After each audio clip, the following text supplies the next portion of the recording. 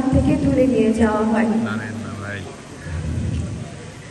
আমি 2.5 বছর যখন আমার ছিল তখন থেকে আমার আম্মুর কোলে কোলে করে এখানে আসি।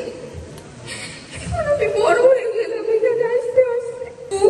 এই শব্দটা অনেক ছোট, কিন্তু এর ভিতরে লুকিয়ে আছে হাজার হাহাকার, কষ্ট, কান্না। আমার ছোট থেকে একটাই স্বপ্ন যে আমি আমার বাবার সাথে স্কুলে যাব, কিন্তু এখন পর্যন্ত আমার এই স্বপ্নটা পূরণ হচ্ছে না। আমার এই স্বপ্নটা কি আদৌ পূরণ হবে? আমার ভাই কি বাবার মুখটা দেখতে পারবে?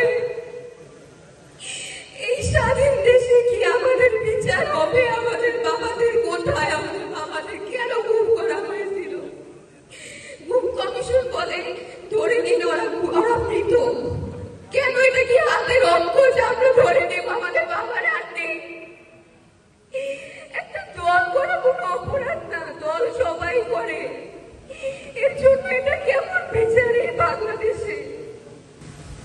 বছর যায়, নতুন বছর আসে, কিন্তু আমাদের বাবার আসে না। আমরা